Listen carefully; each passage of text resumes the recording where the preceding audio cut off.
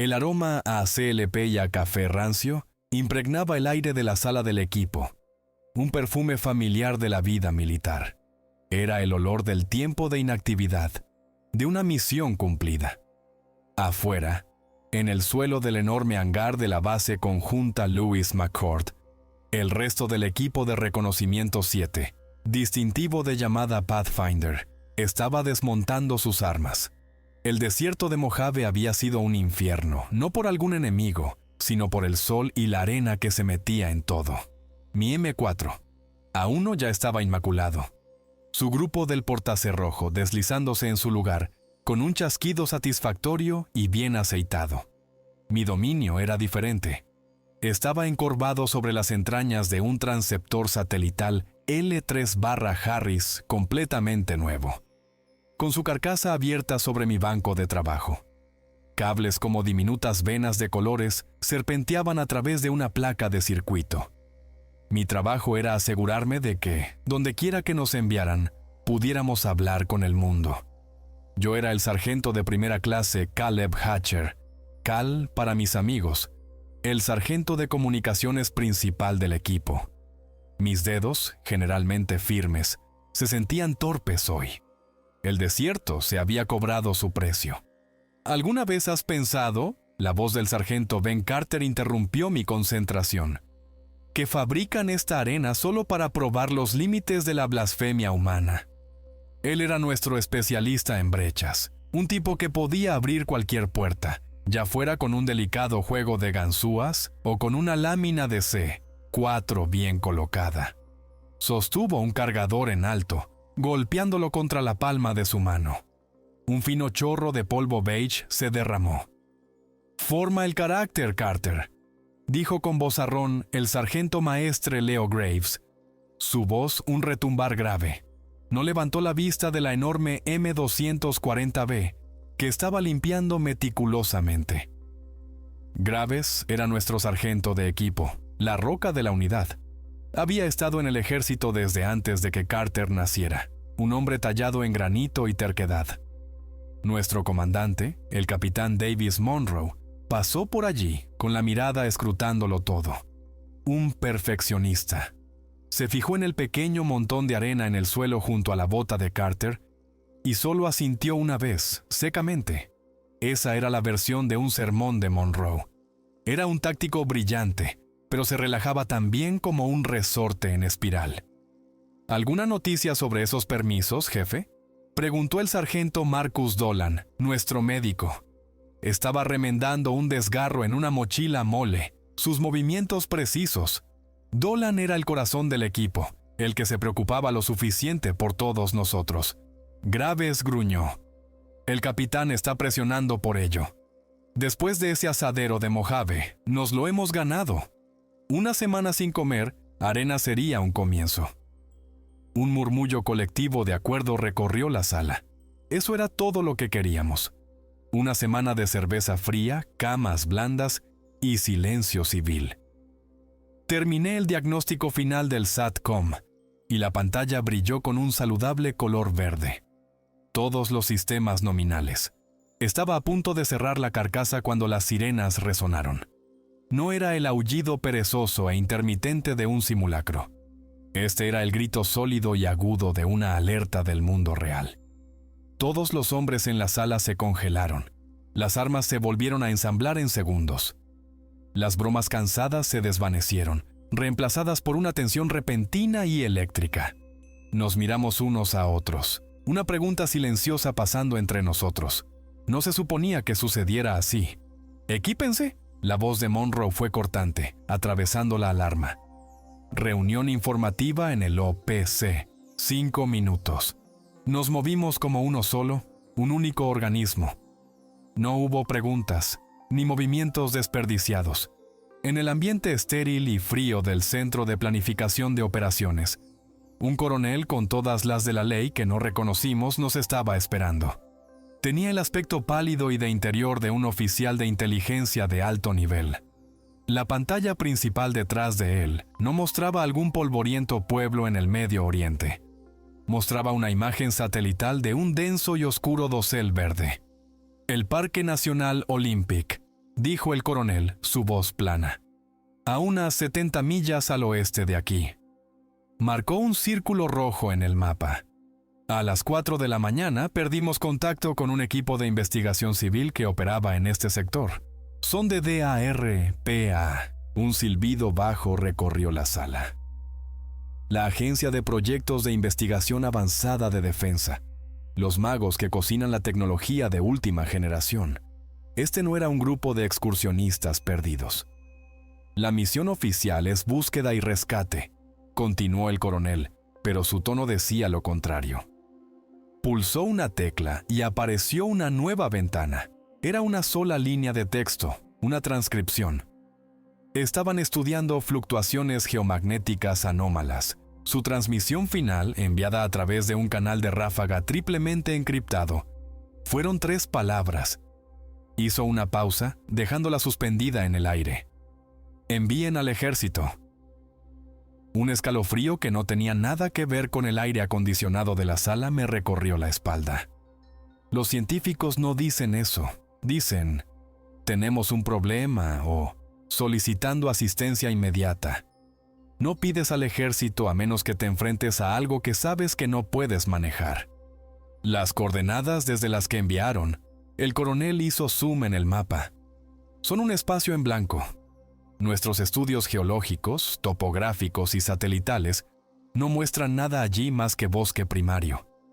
Abetos de Douglas de 200 pies de altura y nada más. Ni estructuras, ni ruinas, ni carreteras. Oficialmente, esa ubicación no contiene nada por lo que valga la pena enviar a nadie. Miró directamente a Monroe. La tarea de su equipo es realizar una inserción encubierta en el área de operaciones. Localicen al equipo de investigación, evalúen la situación, identifiquen cualquier amenaza potencial y averigüen qué diablos provocó ese mensaje. Deben evitar el enfrentamiento directo con cualquier fuerza desconocida hasta que informen. Esta es una operación de recopilación de inteligencia ante todo. Su misión tiene el nombre en clave: Rincón Ciego. La lista de equipo que deslizó sobre la mesa confirmó que no era una misión de rescate. Los kits de asalto estándar estaban descartados. Estábamos empacando para un reconocimiento profundo en un entorno hostil y desconocido. M4A1 con supresores. Miras térmicas avanzadas ANE/P, AS-13 y las nuevas gafas de visión nocturna de mira terrestre fusionada. L3/Harris que combinaban intensificación térmica y de luz. Mi equipo personal era más pesado. Un analizador de espectro portátil, dosímetros para todo el equipo y un kit completo de recolección de pruebas. El botiquín de Dolan parecía que podría mantener un hospital de campaña. Una hora después, estábamos amarrados en el vientre de un MH-47 Chinook, sus rotores gemelos batiendo un ritmo atronador contra el cielo que se oscurecía rápidamente. El vuelo fue silencioso, sin bromas, sin bravuconadas, solo el zumbido de los motores y los pensamientos en nuestras propias cabezas. El tiempo empeoró. Pesadas cortinas de lluvia azotaban el fuselaje. Debajo de nosotros, el interminable y primordial bosque de Washington se desplegaba como un mar oscuro y ondulante. Cada uno de nosotros era un profesional, un veterano de una docena de tiroteos desagradables en una docena de rincones olvidados del mundo. Pero esto se sentía diferente. No volábamos hacia un enemigo conocido. Volábamos hacia un rincón ciego, hacia un lugar que no debería existir, para encontrar algo que había hecho que un equipo de científicos brillantes llamara al ejército. Volábamos hacia las fauces de lo desconocido. El Chinook se sacudió y se balanceó, luchando contra un viento que aullaba como una banshee. «La zona de aterrizaje es inviable», gritó el jefe de tripulación por el intercomunicador, su voz metálica en nuestros auriculares. «El dosel es demasiado denso. Los dejaremos en las cuerdas a 2 kilómetros al este del objetivo». 2 kilómetros, un poco más de 1 milla. En este terreno, con este tiempo, bien podrían ser 20. «Hazlo». La voz de Monroe era tranquila, una roca en la tormenta. La rampa trasera descendió, revelando un vórtice arremolinado de lluvia y oscuridad verde. Uno por uno nos enganchamos y nos deslizamos por las cuerdas rápidas, zambulléndonos desde la relativa seguridad del helicóptero hacia el abrazo empapado y frío del bosque. En el momento en que mis botas tocaron la gruesa alfombra de musgo y agujas de pino, el Chinook ya estaba ascendiendo, la estela de sus rotores desgarrando las ramas. Luego desapareció. El silencio que se desplomó fue absoluto. Era más pesado, más profundo que cualquier silencio que hubiera conocido. El rugido del helicóptero fue reemplazado por un vacío sin sonido, solo interrumpido por el goteo constante de la lluvia desde los colosales árboles que formaban un techo muy por encima de nosotros. Se sentía como si nos hubieran tragado. Formamos un perímetro de seguridad, nuestras armas explorando la penumbra impenetrable. Comprobación de comunicaciones. Susurré en mi micrófono, mi voz sonando antinaturalmente fuerte. Uno por uno, el equipo se reportó. El nuevo equipo funcionaba perfectamente. Por ahora. «Muy bien, movámonos», ordenó Monroe. «Graves, tú en la punta». El sargento maestre asintió, sus ojos ya escaneando el suelo. Graves podía rastrear a un fantasma sobre roca sólida, pero después de unos minutos, un profundo ceño frunció su rostro. Se detuvo, arrodillándose. «¿Qué pasa, jefe?», preguntó Monroe. «Nada», dijo Graves, y la forma en que lo dijo me provocó un escalofrío. Absolutamente nada.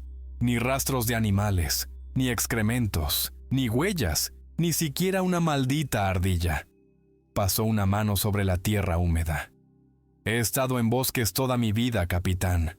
Nunca están tan vacíos. Es como si algo hubiera ahuyentado a todo.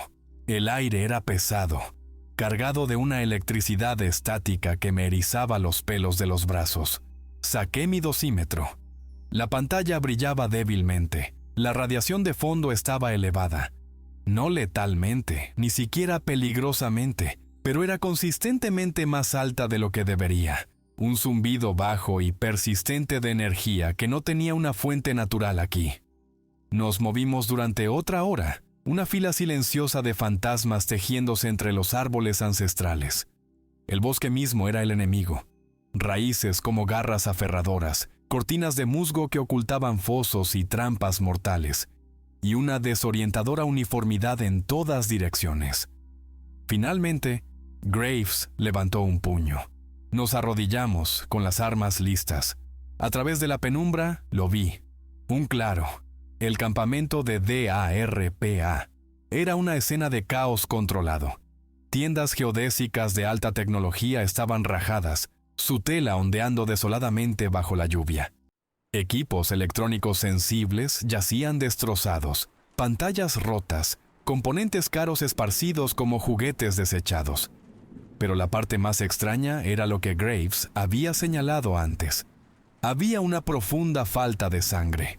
Algunas salpicaduras aquí y allá, pero nada acorde con un ataque importante. Esto no era un festín, era un desguace. Parecía como si un gigante hubiera tenido un berrinche. Profundos surcos estaban excavados en la tierra, y varios árboles, tan gruesos como el torso de un hombre, estaban partidos por la mitad en la base, sus astillas apuntando hacia un punto central de impacto. «Perímetro», ordenó Monroe, su voz baja y tensa. «Dolan, revisa las tiendas en busca de bajas. Carter, conmigo. Cal, a ver qué puedes salvar de ese equipo de comunicaciones». Mientras el equipo se dispersaba, mis ojos fueron atraídos por algo más allá del campamento. Algo que no pertenecía allí. Algo imposible. Allí, enclavado entre los imponentes abetos, había un tren. Estaba perfectamente nivelado sobre el suelo del bosque, sin una sola traviesa o raíl a la vista. No era solo un tren, era un artefacto. El cuerpo era liso, forjado de una sola pieza de un metal negro mate que parecía absorber la luz. No había ventanas, ni remaches, ni costuras. Su diseño era una extraña paradoja, en parte aerodinámico art deco, en parte monolito futurista. Consistía en una sola locomotora y lo que parecían ser 3 largos vagones de pasajeros. Capitán, respiré en mi micrófono. Tiene que ver esto. Todo el equipo convergió, mirando con incredulidad. El shock inicial dio paso a la evaluación táctica. Monroe estableció inmediatamente un cordón de seguridad de 360 grados alrededor del objeto imposible. Carter, nuestro especialista en brechas, caminó lentamente alrededor de su base. No hay puntos de entrada visibles, señor, informó. Excepto por una sección en el segundo vagón, que parece que podría ser una puerta. Está a ras del casco, sin manija, sin ninguna junta que pueda encontrar. Graves estaba examinando el suelo. Tenemos huellas aquí, capitán, pero no son humanas. Apuntó su linterna a una serie de profundas impresiones en el barro. Eran enormes, del tamaño de la zarpa de un oso grizzly, pero eran de 3 dedos, con claras hendiduras de garras enormes. Las mismas huellas eran visibles cerca de los árboles rotos y el equipo destrozado. Ignorando al gigante por un momento, volví mi atención al equipo en ruinas de los científicos. La mayor parte era chatarra, pero cerca de una consola destrozada, medio enterrada en el barro, había una pequeña y robusta caja Pelican. La abrí. Dentro había una grabadora de campo de estado sólido. La carcasa exterior estaba agrietada, pero el dispositivo en sí parecía intacto. Mi corazón martilleaba contra mis costillas. Saqué mi tableta táctica y un cable de conexión, mis dedos torpes con los puertos impermeables. Esto podría contener las respuestas. Pathfinder actual. Aquí Pathfinder 6. La voz de Monroe era firme mientras hablaba por su propia radio, rompiendo el largo silencio impuesto. Le informo, hemos llegado al objetivo. Sin contacto visual con supervivientes. Hemos localizado una estructura. Origen no terrestre es altamente probable. Evidencia de un encuentro violento con un hostil desconocido. Solicitando permiso para intentar entrar en el objeto principal. Cambio.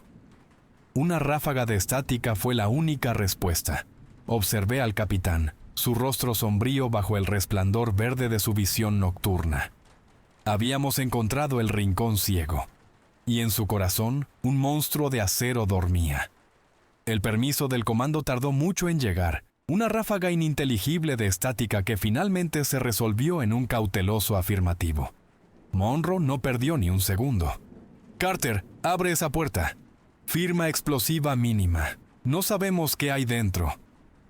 Carter asintió, sacando una pequeña y flexible lámina de carga hueca de su mochila. Era su forma de arte. Aplicó cuidadosamente el explosivo similar a la masilla alrededor del tenue contorno de la puerta, como un cirujano preparándose para una incisión. «Fuego en el hoyo», susurró en su micrófono, una advertencia superficial. Todos nos pusimos a cubierto. La explosión fue menos un estallido y más un golpe seco y resonante, seguido de un zumbido agudo y vibrante que pareció hundirse directamente en nuestros huesos. El metal del tren no se abolló ni se rasgó como el acero. Brilló con un breve y furioso color naranja alrededor de los bordes del corte y chisporroteó violentamente. Cuando la luz se extinguió, una sección rectangular perfecta del casco colgaba abierta. Más allá yacía una oscuridad tan completa que parecía sólida. Una ola de aire fresco y estéril nos invadió, trayendo el olor a ozono y algo más, algo metálico y limpio, como el aire después de un rayo. «Agrúpense», ordenó Monroe. Entramos, un equipo de 4 hombres, las luces de nuestras armas cortando conos blancos y afilados en la opresiva negrura. El interior era aún más extraño que el exterior. El corredor al que entramos era liso, sin rasgos distintivos y curvado. A medida que avanzábamos, paneles en el techo se iluminaban, bañando el pasaje en una luz blanca, fría y sin sombras, que respondía a nuestra presencia. El aire estaba quieto, completamente inmóvil. En las paredes, grabados en el mismo material negro, había símbolos. Eran complejos, geométricos, a medio camino entre un diagrama de circuito y un alfabeto cuneiforme olvidado. Ninguno de nosotros había visto nada parecido. Pathfinder 6A actual, informó Monroe, su voz un murmullo bajo. Hemos penetrado el objeto. El interior es alienígena. Procediendo con cautela. Mientras el equipo avanzaba, me quedé cerca de la retaguardia de la formación, con mi tableta táctica en la mano, cargando el archivo de audio recuperado. Conecté mis auriculares directamente a la tableta, aislándome en un mundo de sonido. La grabación cobró vida con un crujido. La voz de un hombre, tensa pero llena de una emoción académica y sin aliento. Reconocí el tipo, un científico puro, tan perdido en el descubrimiento que estaba ciego al peligro. Entrada de diario, 3. Dr. Ahriman, al mando. Las distorsiones gravimétricas están por las nubes, emanan del objeto mismo. No es un vehículo en el sentido tradicional. Nuestro radar de penetración terrestre sugiere que se extiende tanto hacia abajo como hacia arriba. No está posado en el suelo, está anclado a él. Creemos que es un puente, o tal vez un arca de estasis. El equipo se movió hacia una cámara más grande. Lo seguí, mis ojos escaneando el corredor mientras mis oídos estaban a un mundo de distancia. La voz de Ahriman continuó, volviéndose más urgente. Hemos encontrado un punto de acceso, una bodega de carga, por así decirlo. La arquitectura interna es no euclidiana, desorientadora. Dentro de la bodega, hemos localizado 2 unidades de contención principales. Cápsulas. Estructuras grandes, tipo sarcófago. Están marcadas. La simbología es desconocida, pero las hemos designado muestra A y muestra B para nuestros registros. Parecen ser de naturaleza biológica. Las lecturas de energía son débiles pero estables. Hubo una pausa, el sonido de discusiones apagadas en el fondo. La voz de Ahriman regresó, teñida de un nuevo y frenético filo. La anomalía está escalando. Todo el valle se está volviendo inestable. El comando no responde. Se nos acaba el tiempo, en contra del protocolo, en contra de mi buen juicio. Vamos a intentar abrir una de las cápsulas, la muestra A. Tenemos que saber qué hay dentro. Tenemos que... Su voz fue cortada por un nuevo sonido. Un chirrido metálico y fuerte, como la puerta de una bóveda de banco siendo arrancada de sus bisagras. Era el sonido de la cápsula abriéndose. Dios mío, susurró Ahriman, una nota de pura admiración en su voz. No es... Sus palabras fueron ahogadas por un ruido que hizo que la sangre en mis venas se convirtiera en hielo. No era el rugido o el grito de ningún animal que hubiera escuchado jamás. Era un chillido de alta frecuencia, ensordecedor, de pura e inalterada rabia. Era el sonido de algo enjaulado durante milenios, que de repente probaba la libertad y odiaba todo sobre el mundo que encontraba. Al chillido le siguió el caos, el sonido de equipos rompiéndose, ruidos húmedos y desgarradores, y gritos humanos. Los gritos eran la peor parte. No eran largos, solo gritos cortos y agudos de agonía y terror, cortados uno por uno. Lo último en la grabación fue el último jadeo gorgoteante de Ahriman, y luego el chillido triunfante y odioso de nuevo, más cerca esta vez, antes de que el archivo terminara en un silencio abrupto. Arranqué el conector de mi tableta, mi corazón latiendo a un ritmo frenético contra mis costillas. «¡Capitán!», siseé. Pero Monroe ya estaba levantando una mano, el haz de su linterna fijo en el extremo opuesto de la cámara en la que acabábamos de entrar. Era vasta, del tamaño de un pequeño almacén, y en el centro de la sala, tal como la grabación había descrito, había 2 enormes cápsulas. Una, marcada con un símbolo que parecía una galaxia caótica y en espiral, estaba destrozada. Había sido abierta no desde fuera, sino desde dentro. El metal, o lo que fuera, estaba doblado y rasgado hacia afuera en puntas dentadas y violentas. Esta era la muestra A. Estaba vacía. La otra cápsula permanecía prístina e intacta. Su superficie era de un material lechoso y semitranslúcido, y llevaba un símbolo diferente, Un único y recto haz de luz. Un vector. Esta era la muestra B, y no estaba vacía. Dolan fue el primero en acercarse, su curiosidad médica superando su miedo. Apuntó la luz de su arma a la tapa translúcida. Todos lo vimos al mismo tiempo. Una silueta, una forma, acurrucada en reposo. Graves se acercó, su propia y potente luz uniéndose a la de Dolan. Los haces combinados penetraron la superficie lechosa, revelando al ocupante en su interior. Era un lobo, pero era un lobo de una escala imposible. Era tan grande como un oso grizzly, su cuerpo una obra maestra de diseño depredador. El pelaje era de un blanco brillante e inmaculado, tan puro que parecía brillar. Estaba acurrucado en una bola pacífica y dormida, su enorme pecho subiendo y bajando con un ritmo lento y constante. Era hermoso, aterrador, pero hermoso. Todos nos quedamos congelados, la verdad de la situación cayendo sobre nosotros con el peso de un golpe físico.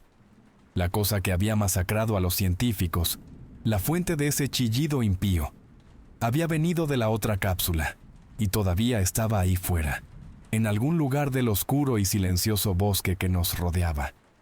La noche cayó sobre el bosque Olympic no como una manta, sino como la capucha de un verdugo. El crepúsculo perpetuo bajo el dosel se fundió en una oscuridad absoluta, negra como la tinta. Habíamos establecido un perímetro defensivo cerca de la puerta abierta del tren, usando su casco alienígena como un muro sólido a nuestras espaldas. La lluvia había amainado a una llovizna miserable y persistente, y el bosque se había vuelto aún más silencioso, si tal cosa era posible. Era un silencio preñado, lleno de una tensión que se estaba volviendo insoportable. Nos sentíamos observados. No era solo paranoia, era una certeza primal e instintiva de que nos estaban acechando. Barrí la línea de árboles con mis FGS-NVG. La visión nocturna y térmica fusionada pintando el mundo en una paleta espeluznante de verdes fantasmales y naranjas cálidos. Fue entonces cuando los vi. Tengo anomalías, murmuré en mi micrófono. Puntos fríos en movimiento. Flanco oeste, línea de árboles. No eran las firmas de calor de los animales. Eran parches de un frío profundo, vagamente del tamaño de un hombre, que se desplazaban entre los enormes árboles con una fluidez antinatural. Aparecían, permanecían un momento y luego simplemente se desvanecían, solo para reaparecer una docena de metros más lejos. Era como si el propio bosque tuviera ojos fríos y muertos, y todos estuvieran fijos en nosotros. Los susurros comenzaron unos minutos después. Débiles al principio, solo un siseo de estática en las comunicaciones, fácil de ignorar. Luego se agudizó, coalesciendo en susurros sibilantes y superpuestos que se deslizaban en el mismo borde de la audición. Sonaba como si viniera de todas las direcciones a la vez. ¿Todos están recibiendo eso?, preguntó Carter, con la voz tensa. Un coro de afirmativas le respondió. «Manténganse alerta», ordenó Monroe. «Está tratando de meterse en nuestras cabezas». El primer ataque llegó sin previo aviso. El soldado de primera clase O'Connell, un joven reemplazo en su primera operación real con nosotros, estaba cubriendo nuestro flanco izquierdo. Estaba agazapado detrás de las gruesas raíces de un abeto caído. Un segundo estaba allí, una presencia constante escaneando la oscuridad. Al siguiente, soltó un grito agudo y ahogado. Todos nos giramos, nuestros rifles se levantaron de golpe. En los haces combinados de las luces de nuestras armas, lo vimos por una fracción de segundo. Un borrón de movimiento, una sombra inmensa y negra, imposiblemente rápida, desprendiéndose de la oscuridad más profunda del bosque. No se abalanzó ni corrió, fluyó envolviendo a O'Connell. No hubo lucha, ni sonido de pelea. Solo el único grito ahogado mientras la sombra se retiraba de nuevo al bosque, arrastrando al soldado con ella. Todo el evento duró menos de 2 segundos. Simplemente se había ido.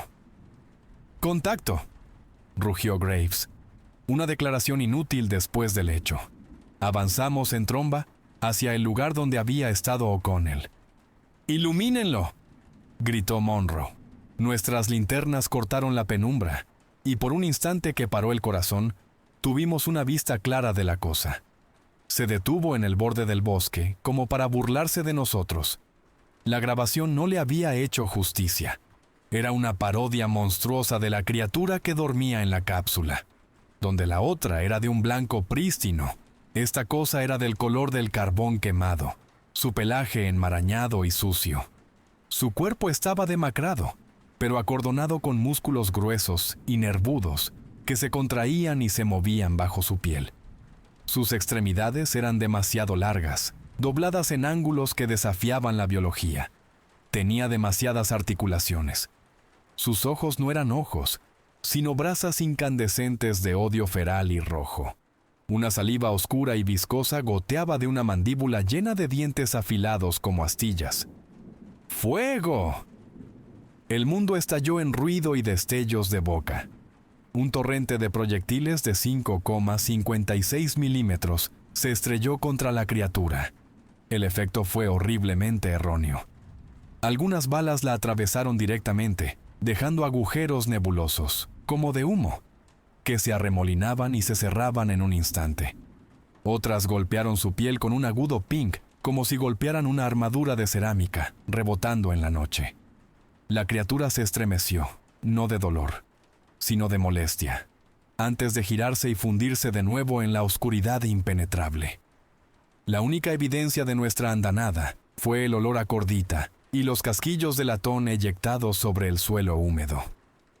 «¡O'Connell!», gritó Dolan, empezando a correr tras ella. «¡Mantén tu posición!», bramó Graves, agarrando el brazo del médico y tirando de él hacia atrás. «¡Se ha ido!». Me apresuré a mi panel de comunicaciones, mis dedos volando sobre el teclado. Pathfinder 6 a cualquier estación, aquí Pathfinder actual. Estamos bajo ataque de una entidad hostil, repito, bajo ataque. Solicitando apoyo de fuego inmediato y extracción de emergencia. ¡Cambio! La única respuesta fue un rugido de ruido blanco, 1000 veces más fuerte que antes. Cambié al analizador de espectro. Un pico de energía masivo y caótico estaba floreciendo en todas las frecuencias, centrado justo en nuestra posición. Era un campo de interferencia localizado y potente. Los susurros en nuestros auriculares se intensificaron, ahora coalesciendo en una única risa burlona.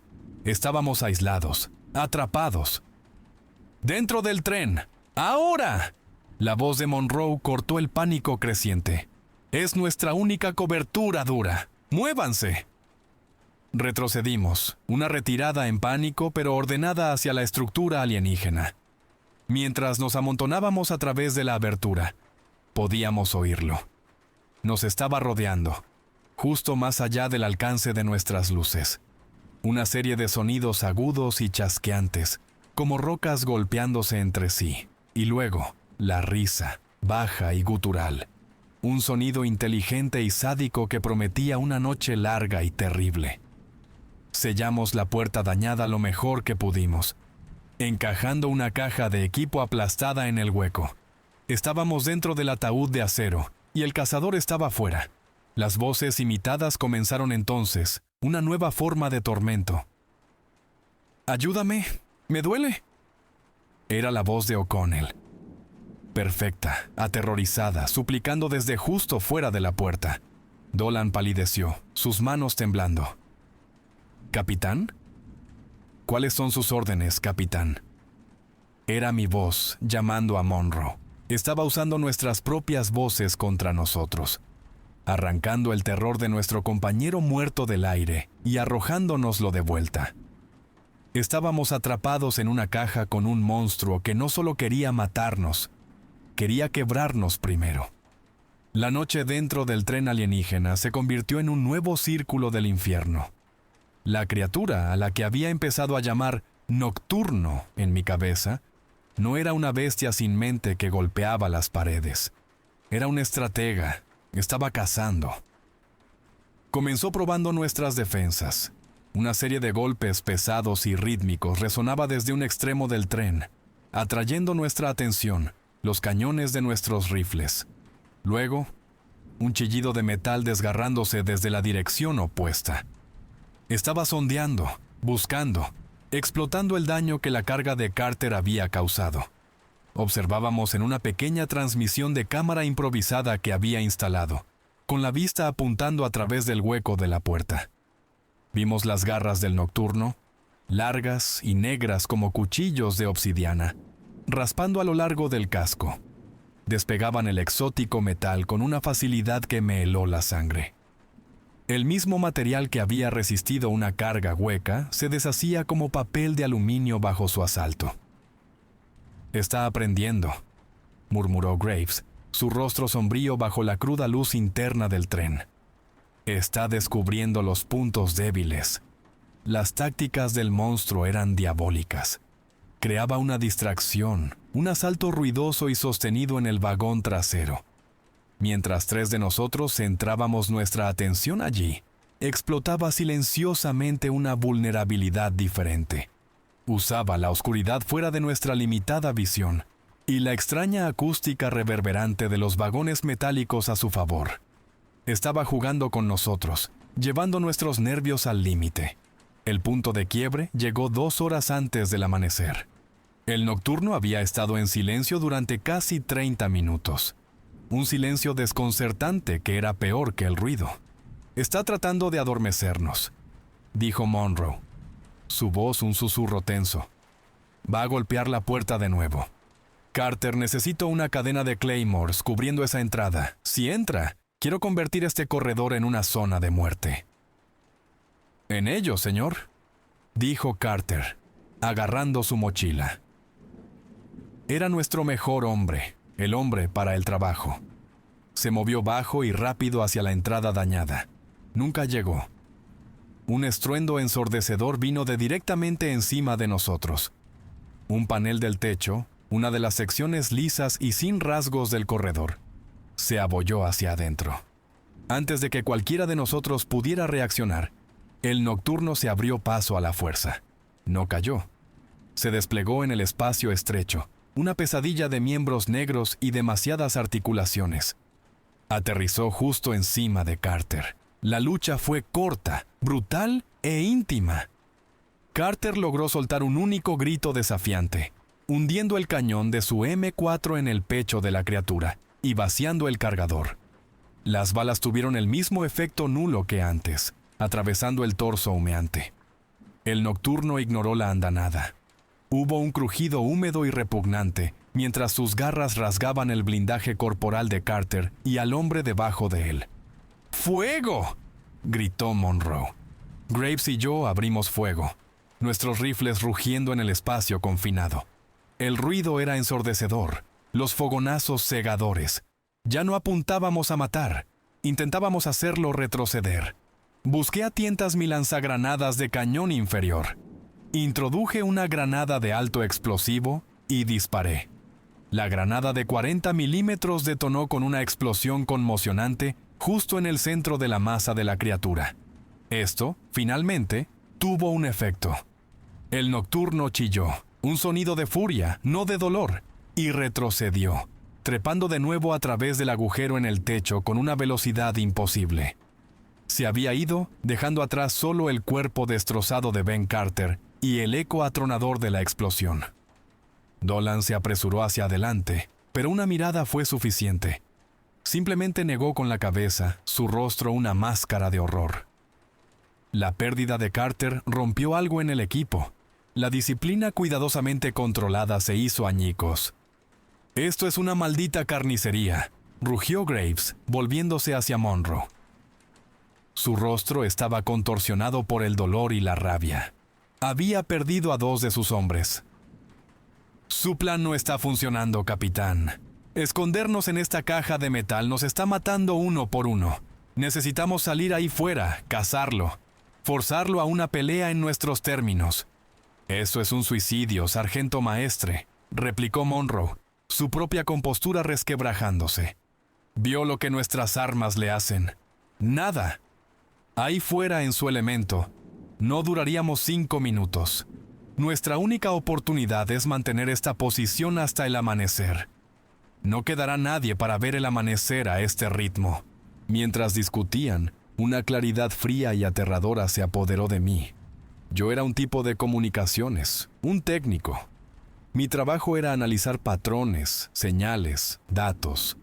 Empecé a repasar los eventos, los puntos de datos, la aparición de la criatura después de que se abriera la cápsula, su reacción a nuestras armas, sus tácticas psicológicas, las voces imitadas, la forma en que se volvía más audaz a medida que nuestro miedo y agresión aumentaban. No era solo una entidad física. El pensamiento me golpeó con la fuerza de un golpe físico. Se alimentaba de esto, de nuestro terror, de nuestra rabia. Cuanto más lo combatíamos en sus términos, más fuerte se volvía. Era un depredador emocional. Nuestra munición se estaba agotando. A Dolan casi no le quedaba morfina para las inevitables heridas que vendrían. Nuestra esperanza era una vela parpadeante en un huracán. Estábamos atrapados, cazados por algo que no podíamos matar, algo que extraía activamente fuerza de nuestra lucha por sobrevivir. Mis ojos se desviaron de la discusión, más allá del cuerpo de Carter, por el largo y estéril corredor hasta la bodega de carga, hacia la segunda cápsula, la intacta, la muestra B. Miré el símbolo grabado en su costado, una única línea recta y ordenada. Luego pensé en el símbolo de la cápsula destrozada del Nocturno, una espiral caótica y entrópica, orden y caos. Una idea desesperada y demencial comenzó a formarse en mi mente. Una jugada tan temeraria que parecía una alucinación provocada por el estrés y el miedo. Dicen que se combate el fuego con fuego.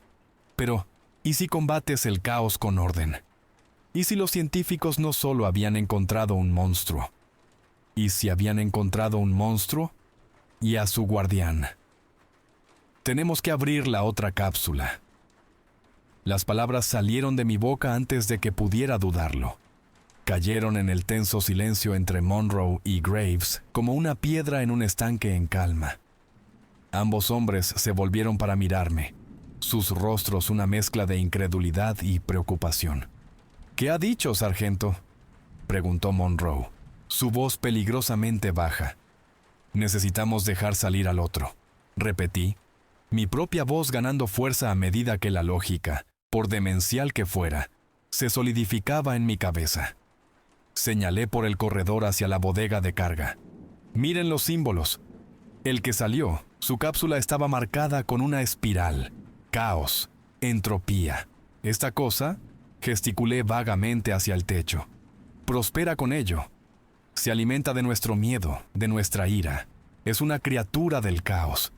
Di un paso más cerca, mi voz bajando, volviéndose más urgente. La otra cápsula, la del lobo blanco, está marcada con una línea recta, un vector. Representa el orden, la dirección, el equilibrio. Esto no es solo otro monstruo, capitán. Es lo opuesto. Es el contrapeso. Los científicos no solo desataron una plaga, abrieron la jaula equivocada. Necesitamos restaurar el equilibrio. Monroe me miró como si hubiera perdido la cabeza.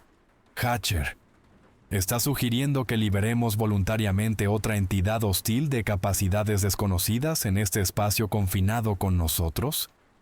Esa es la decisión táctica más demencial que he oído en mi vida. Es una violación flagrante de todos los protocolos del manual. Petición denegada.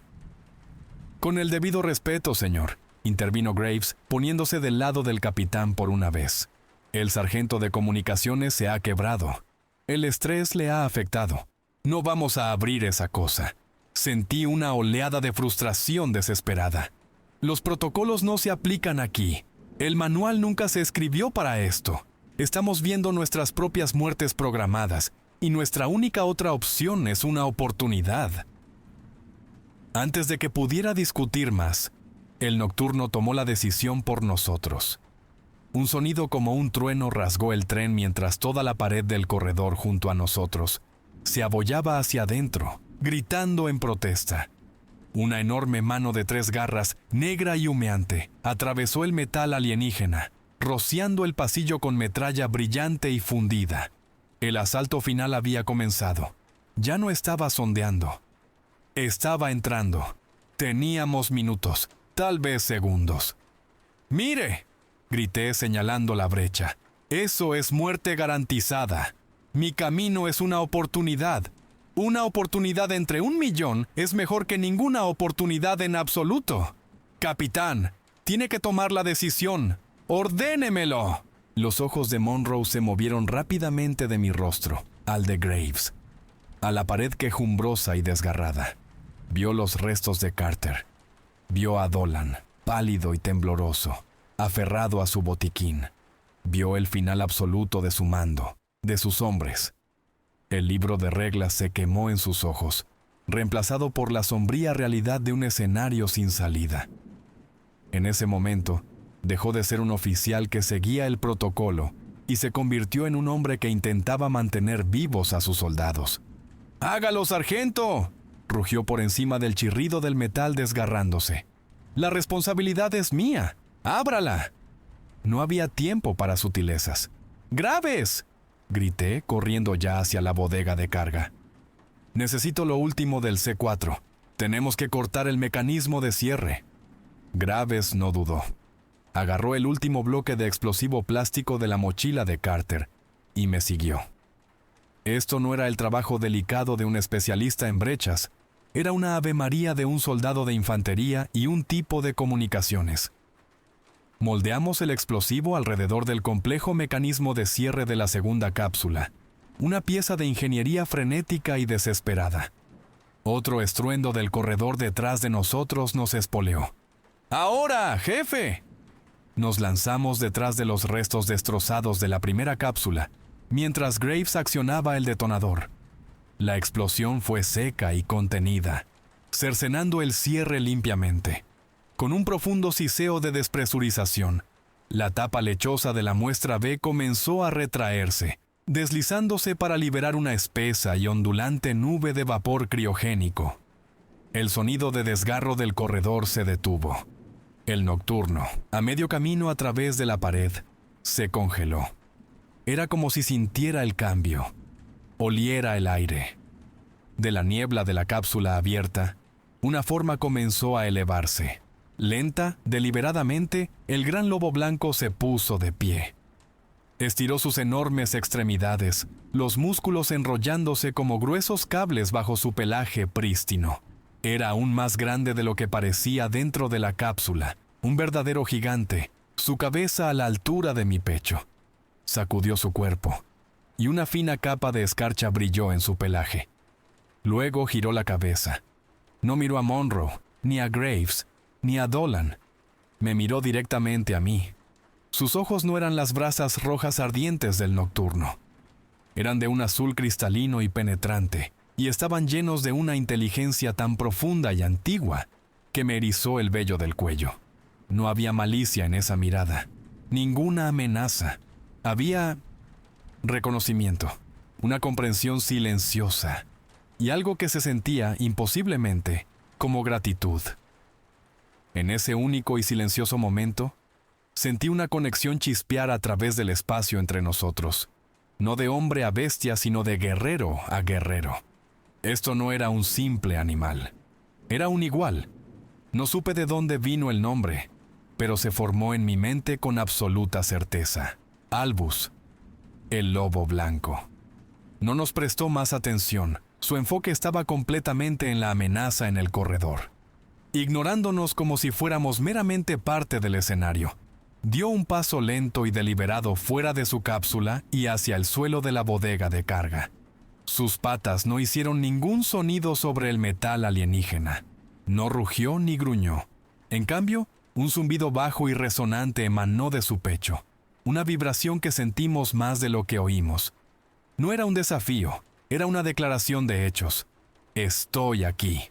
Como en respuesta, el nocturno terminó de abrirse paso a través de la pared, derramándose en el corredor como una inundación de oscuridad viviente. Vio a Albus, y por primera vez, su agresión implacable vaciló. La ira al rojo vivo en sus ojos se enfrió hasta convertirse en un punto de odio puro y sin diluir. Todo el ruido ambiental y caótico del bosque, los susurros, la estática, todo cesó. El mundo contuvo la respiración. La batalla comenzó sin una advertencia sonora. El nocturno se lanzó hacia adelante, un borrón de furia negra y ángulos imposibles, sus extremidades con demasiadas articulaciones impulsándolo por el suelo. Albus se enfrentó a la carga de frente, pero donde el nocturno era caos, Albus era precisión. Fue un choque de fuerzas fundamentales. El poder bruto e indisciplinado de una pesadilla contra la gracia marcial y enfocada de un guardián. Nos apresuramos a retroceder, apretándonos contra la pared más lejana de la bodega de carga, convirtiéndonos en espectadores de primera fila de una guerra de mitos. El aire crepitaba con energía, sus garras, un juego negro como la obsidiana, el otro como marfil pulido, raspaban contra el suelo metálico, lanzando lluvias de chispas blancas y brillantes. Los sonidos de la pelea no eran los gruñidos y rugidos de los animales. Eran los sonidos percusivos e industriales del impacto. El clangor de un mazo golpeando un yunque. El chillido agudo del acero desgarrándose. Esto no era una pelea de perros. Eran dos armas vivientes tratando de desmantelarse mutuamente. ¡Fuego al negro! La voz de Monroe, tensa de asombro, cortó el estruendo. ¡Apoyen al blanco! Levantamos nuestros rifles. Parecía absurdo, como arrojar guijarros a una avalancha, pero era todo lo que podíamos hacer. Disparamos ráfagas controladas contra la forma cambiante y humeante del nocturno. Los proyectiles de 5,56 milímetros todavía no parecían causarle ningún daño real, pero lo hacían estremecerse. Rompían su concentración, una molestia persistente que le daba a Albus preciosas fracciones de segundo para reaccionar, para contraatacar. Éramos una distracción, y por ahora eso era suficiente. El nocturno era un luchador sucio. Era impredecible. Durante una embestida, pareció desmaterializarse parcialmente, su forma volviéndose nebulosa e indistinta. Fluyó alrededor de una potente mordida de Albus y se solidificó de nuevo en su flanco. Sus propias mandíbulas, llenas de dientes como cristal negro, se cerraron con fuerza, arrancando un gran trozo de pelaje blanco y la carne debajo. Albus soltó un profundo y resonante grito de dolor. Fue un sonido que resonó no solo en la habitación, sino dentro de mi propia cabeza. Sentí una punzada aguda y simpática de agonía en mi costado, tan real que me hizo jadear y agarrarme el torso, pero el dolor solo pareció enfocarlo. El nocturno, quizás saboreando su victoria, dudó por un segundo fatal, sus mandíbulas aún aferradas al costado de Albus. Era la apertura que el lobo blanco necesitaba. Ignorando su grave herida, Albus giró su poderoso cuerpo, usando el propio agarre del nocturno como ancla. Sus movimientos fueron un borrón de pelaje blanco e intención letal. No fue un zarpazo salvaje con sus garras. Fue un único, preciso e increíblemente poderoso golpe. Sus mandíbulas se cerraron alrededor del cuello del nocturno. No hubo un sonido húmedo y desgarrador. Hubo un único y ensordecedor crujido. Fue el sonido de un enorme cristal rompiéndose bajo una inmensa presión. La luz roja en los ojos del nocturno parpadeó una vez, y luego se extinguió. El cuerpo del nocturno no cayó, no sangró. En el momento en que la luz en sus ojos murió, su forma comenzó a estremecerse violentamente. La solidez negra de su piel se disolvió, deshaciéndose en una nube arremolinada de fina ceniza oscura y humo aceitoso. Las partículas permanecieron en el aire por un momento, luego se disiparon rápidamente, arrastradas por alguna corriente invisible. En segundos no quedó nada, ni cuerpo, ni sangre, ni siquiera una mancha en el suelo. Solo el tenue y agudo olor a ozono quemado permaneció, un aroma que se desvanecía rápidamente. El caos se había ido, borrado como si nunca hubiera existido. Un profundo silencio descendió sobre el tren. Albus permaneció un momento sobre el lugar donde su enemigo se había desvanecido, su enorme pecho agitado. Sangre, un líquido espeso y de un brillo plateado, fluía libremente de la profunda herida en su costado, formando un charco brillante y metálico en el suelo. Dio unos pocos pasos inestables, su poderosa forma temblando de agotamiento y dolor, y luego se desplomó sobre la cubierta metálica con un golpe sordo. Todavía estaba vivo, pero apenas. Levantó la cabeza y me miró, sus ojos azul cristalino nublados por el cansancio. La conexión tácita seguía allí, un pulso débil pero constante. Como si su victoria hubiera sido una señal, el mundo exterior cambió. El opresivo campo de interferencia que había sofocado nuestras comunicaciones desapareció. Mi unidad de comunicaciones cobró vida con un pitido. Una avalancha de mensajes en cola y llenos de pánico del comando llenó el registro. Afuera, los primeros rayos débiles del amanecer se filtraban a través del denso dosel, pintando el bosque en tonos de gris y plata. La noche había terminado. Monroe accionó su radio, su voz ronca pero clara. Pathfinder actual a cualquier estación. Aquí Pathfinder 6. Amenaza neutralizada. Repito, amenaza neutralizada. Hemos sufrido bajas. El objetivo está asegurado. Solicitando evacuación médica inmediata. Hizo una pausa, mirando al gigante blanco herido en el suelo. Le informo, tenemos un amigo herido a bordo, no es uno de los nuestros. Cambio. La respuesta de JBLM fue inmediata, una mezcla de alivio y confusión. Prometieron un equipo de transporte pesado y evacuación médica, con 1 hora de tiempo estimado de llegada. Esperamos. Dolan hizo lo que pudo por Albus, que fue nada. No tenía idea de cómo tratar a una criatura que sangraba mercurio. Todo lo que podíamos hacer era observar, manteniendo una vigilia silenciosa. Menos de 1 hora después, oímos el sonido de helicópteros acercándose. Pero el sonido era incorrecto. No era el profundo y palpitante womp womp de nuestros propios MH-47 Chinook. Este era un zumbido más agudo y de tono más alto, como un nido de avispas. 2 elegantes helicópteros negros sin ninguna marca o insignia descendieron a un claro cercano que no sabíamos que existía. De sus puertas abiertas descendieron en rapel no médicos del ejército o soldados de las fuerzas especiales, sino hombres con trajes negros de materiales peligrosos completamente cerrados. Se movían con una eficiencia escalofriante y practicada, sus rostros ocultos por visores reflectantes. En sus hombros había un emblema que nunca había visto antes. Una serpiente comiéndose su propia cola, un uroboros, rodeando la imagen estilizada de un árbol. Su líder, un hombre de rostro severo con ropa de civil limpia que parecía completamente imperturbable por la escena, se acercó al capitán Monroe. No saludó. Simplemente presentó una tableta que mostraba un conjunto de órdenes con un nivel de clasificación tan alto que ni siquiera reconocí las marcas. «Capitán Monroe», dijo el hombre, su voz desprovista de toda emoción. «Mi equipo asume el mando de esta operación. Su misión ha concluido. Gracias por asegurar el activo. Su gente invadió el área ignorándonos por completo.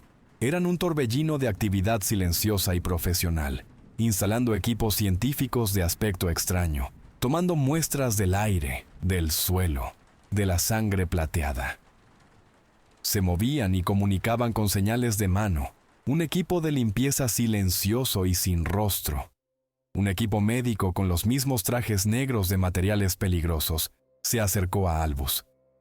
Llevaban un dispositivo que parecía un rifle, pero tenía una gran jeringa en la punta. Antes de que cualquiera de nosotros pudiera protestar, dispararon un dardo de gran calibre en el hombro del lobo. Albus se estremeció, soltando un gruñido bajo. Levantó la cabeza y sus ojos cansados encontraron los míos por última vez. Vi confusión en ellos y traición. Empecé a moverme hacia él. «Mantenga su posición, sargento». Un hombre con un uniforme de combate negro, armado con un arma que no reconocí, se interpuso en mi camino, bloqueándome el paso.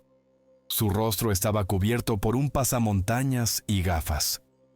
«Esto ya no es su jurisdicción», dijo, su voz, un monótono frío y plano.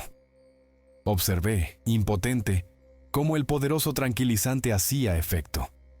Los ojos de Albus se cerraron y su gran cabeza se hundió en el suelo. El equipo de materiales peligrosos se movió con una eslinga reforzada, preparándose para transportarlo. Lo trataron no como a un héroe herido, sino como a un espécimen capturado.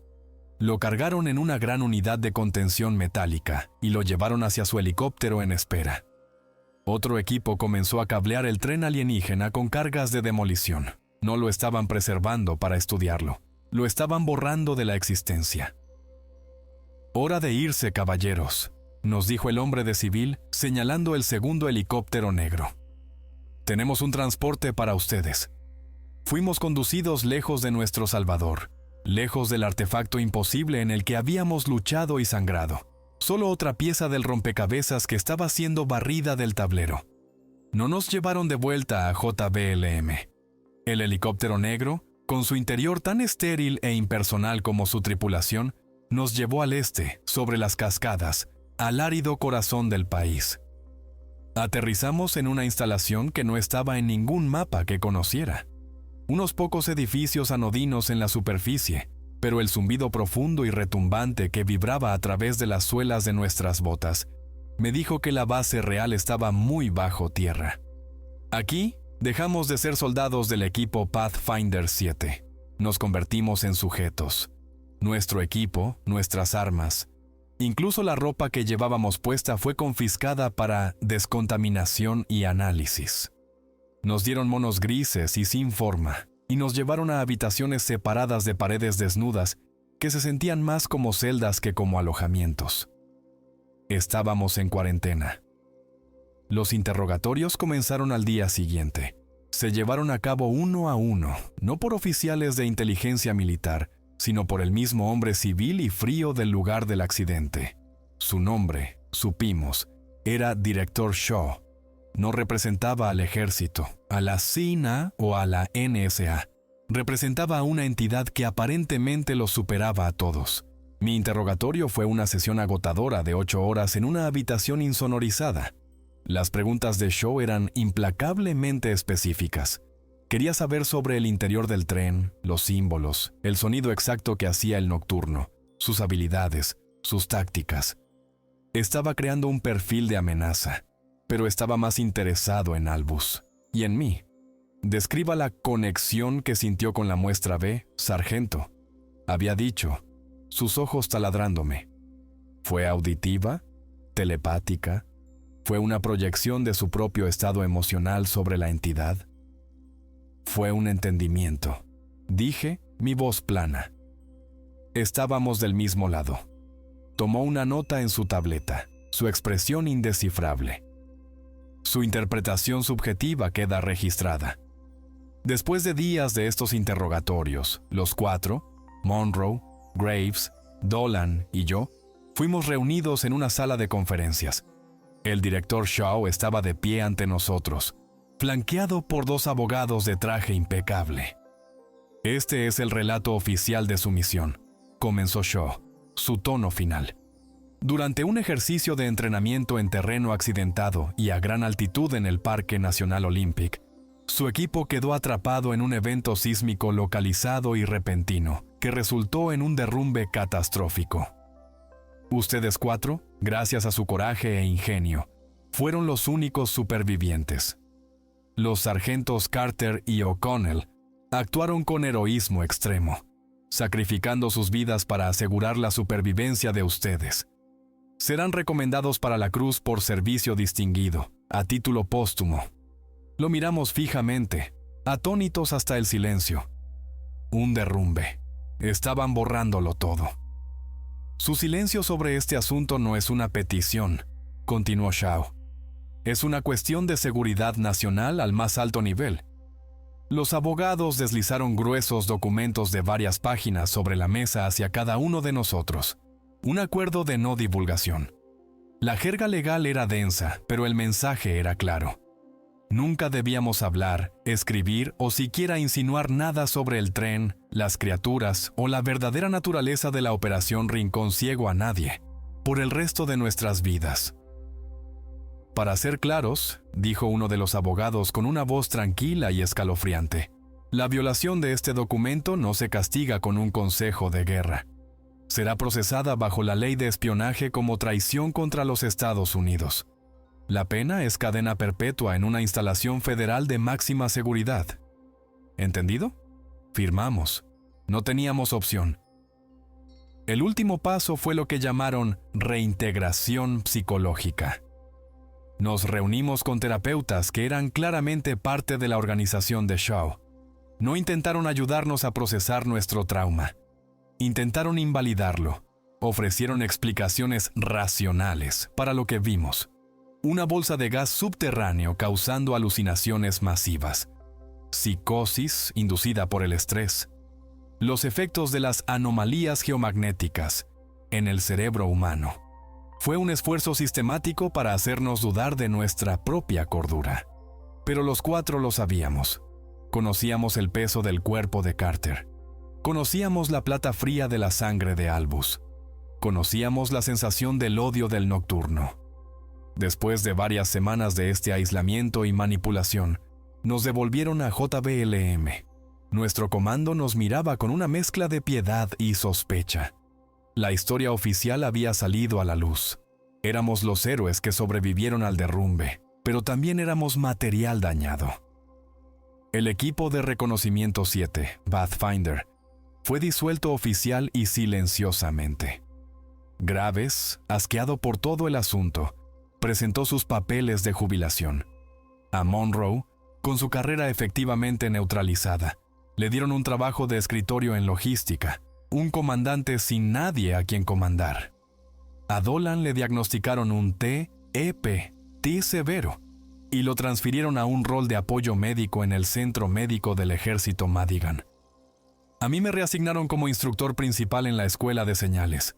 Nos estaban dejando en un estante, lejos de cualquier trabajo operativo real. Un muro invisible se levantó entre nosotros cuatro. El trauma compartido que debería habernos unido se convirtió en un secreto silencioso y prohibido que nunca podríamos reconocer. Nos cruzábamos en la base con un asentimiento tenso y doloroso, nuestros ojos conteniendo una verdad que nos prohibieron decir. Éramos supervivientes, atrapados en una mentira, cada uno de nosotros roto a su manera única. Pasó un año.